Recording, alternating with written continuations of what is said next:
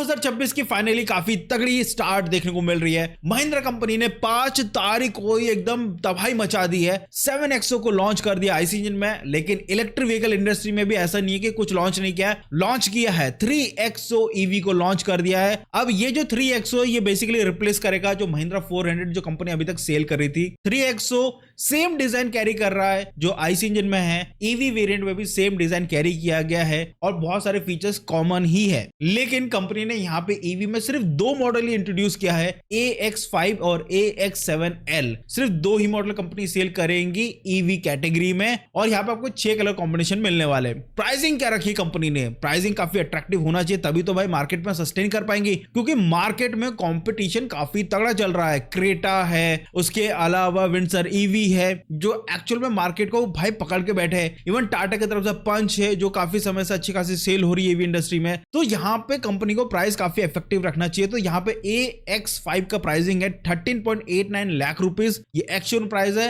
AX7L का है 14.96 lakh rupees. आप लोग बताना ये प्राइस के हिसाब से गाड़ी सही है या नहीं है। मेरे को थोड़ा सा प्राइस ज्यादा लगा है, थोड़ा सा और कम होना चाहिए था, क्योंकि जिस हिसाब से बैटरी है उस हिसाब से प्राइस थोड़ा सा हायर साइड है। इस गाड़ी का अगर डिजाइन की बात करते हो तो मैं पहले बता चुका हूं बहुत ही आइडेंटिकल है, 3XO जैसा ही है, कोई चेंजेस नहीं है। आपको वही सी टाइप की LED DRS देखने को मिलती है, उसमें इंटीग्रेटेड इंडिकेटर्स देखने को मिलता है, फ्रंट में प्रोजेक्टर हेडलाइट देखने को मिलता है और आपको LED फॉग लाइट भी मिलता है इस गाड़ी में। इसके अलावा महिंद्रा का जो लोगो है वो कॉपर में हो गया है, कॉपर कलर में हो गया है। और अगर आप AX5 लेते हैं तो 16 इंच के व्हील मिलते हैं, लेकिन AX7L लेते हो 17 इंच के अलॉय व्हील्स मिलते हैं। वैसे ईवी डिजाइन के व्हील्स मेरे को उतना कुछ खास पसंद नहीं आता, मेरे को थोड़े से जैसे होता है ना पुराने जमाने में जैसे व्हील्स होते थे वैसे ज्यादा पसंद है। बट अगेन कंपनियां इसको अडॉप्ट कर रही है और लोगों को धीरे धीरे पसंद भी आ रही है। बट मेरे हिसाब से ये टेस्ट उतना कुछ खास नहीं लगता मेरे को, जो ईवी वाला जो टायर का डिजाइन होता है। इंटीरियर की बात करते तो यहाँ पे भी बहुत ही आइडेंटिकल है, कोई भी चेंजेस नहीं किया है। आपको 10.25 इंच का इंस्ट्रूमेंटेशन मिलता है और 10.25 इंच का इंफोटेनमेंट सिस्टम मिलता है। ये दोनों ही 10.25 है और यहाँ पे 2 ही स्क्रीन दी गई है। स्क्रीन तो नहीं बोलना चाहिए, एक स्क्रीन है और एक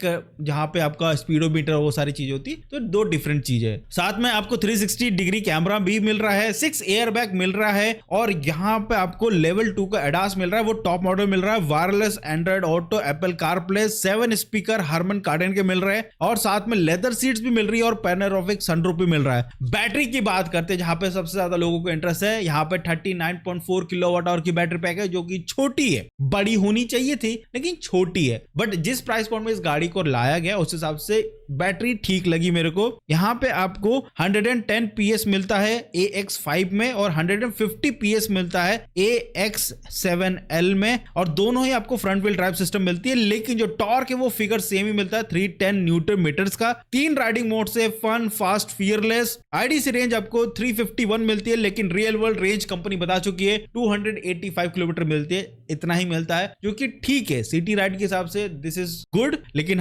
हाँ अगर लॉन्ग रूट के हिसाब से अगर सोच रहे हो इस बैटरी पैक 45 से ऊपर हो तो ज्यादा बेटर है। 45, 55 इस टाइप के बैटरी पैक वाले जो व्हीकल्स है उसको लेना ज्यादा प्रेफरेबल मैं मानता हूं, लॉन्ग डिस्टेंस की अगर ट्रैवल करना चाहते हैं तो। नहीं तो बार बार फिर चार्ज करते रह जाओगे और चार्जिंग इंफ्रास्ट्रक्चर इंडिया में उतना कुछ खास है नहीं। कंपनी यहाँ पे प्रोवाइड करी है CCS type 2 charger, 0 to 100% charge होने में 6 hours and 50 minutes लगते हैं। अब ये फास्ट चार्जर की बात करो जो DC फास्ट चार्जर होता है, लेकिन अगर आपको चार्ज करना है जो कंपनी चार्जर प्रोवाइड करी है 3.3 किलोवाट का, उससे काफी समय लगने वाला है इस बैटरी पैक को चार्ज होने में। वारंटीज की बात कर लेते हैं, देखो वारंटीज भी जानना जरूरी है। तो यहाँ पे मोटर और बैटरी में आपको मिलता है 8 years and 1,60,000 किलोमीटर की, लेकिन जो ओवरऑल व्हीकल है उसकी वारंटी मिलती है 3 years and अनलिमिटेड, यानी जो भी पहले आ जाए। अनलिमिटेड तो होता नहीं, वो 3 years ही, ये समझ लो। अब दोनों ही वेरिएंट्स में डिफरेंस क्या है, लाइक AX5 लेते हो तो आपको क्या क्या फीचर्स मिलता है, एक एक करके बताता हूं, डोंट वरी, इलैबोरेट करूंगा और कौन सा सही होगा वो भी मैं आपको बताने वाला हूं। तो यहाँ पे अगर AX5 लेते हैं तो यहाँ पे आपको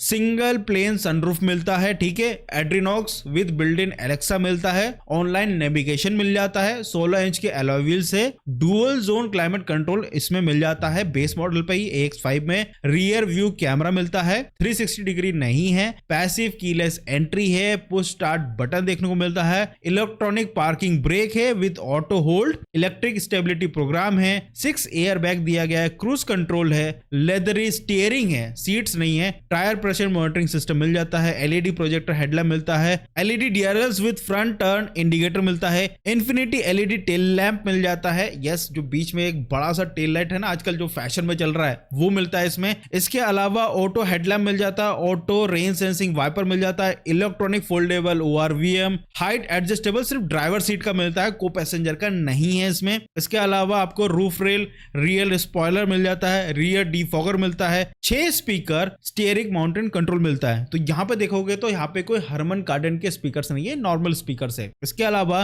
पावर विंडो मिल जाता है, 1 touch up and 1 touch down driver side का, 60-40 स्प्लिट सीट दी गई है, रियर एसी वेंट आपको इस वाले मॉडल में मिल जाता है, वायरलेस चार्जिंग भी इस वाले मॉडल मिल जाता है, फ्रंट एंड रियर में यूएसबी चार्जिंग आपको दिया गया है, फ्रंट में सेंट्रल आर्मरेस्ट मिलता है वो भी स्टोरेज के साथ, और चार्जर आपको मिलता है 3.3 किलोवाट का 16 एम्पियर वाला वॉल माउंटेड वाला मिल जाता है। इसके अलावा जो AX7L है उसमें आपको क्या एक्स्ट्रा देखने को मिलता है, देखो जो बेसिक फीचर्स आपको AX5 में मिल रहा था वो तो मिलेगा, उसके अपार्ट फ्रॉम दैट क्या मिलता है, तो पहली चीज मिलती है लेवल 2 का एडास, तो यहां से एडास मिलता है, 360 डिग्री कैमरा यहां पे मिलना स्टार्ट हो जाता है, साथ में ब्लाइंड व्यू मिरर भी मिल जाता है। यहां पे आपको जो सनरूफ मिलता है वो स्काई रूफ मिलता है, पैरानोमिक सनरूफ मिलता है, 7 स्पीकर का हार्मन कार्डन स्टोरियन सिस्टम है सब बूफर के साथ, डॉल्बी एटमॉस भी मिलता है, सॉफ्ट टच लेदरेट डैशबोर्ड मिलता है, लेदरेट सीट मिलती है, 17 इंच के डायमंड कट एलॉयस मिलते हैं, ऑटो डिमिंग IRVM है, एलईडी फॉग लाइट मिल जाता है, फ्रंट पार्किंग असिस्टिक सिस्टम मिल जाता है, कूल्ड ग्लव बॉक्स मिल जाता है, और 65 वॉट का USB-C फास्ट चार्जर भी इस वाले मॉडल मिल जाता है। तो यही कुछ चेंजेस है AX5 और AX7L में,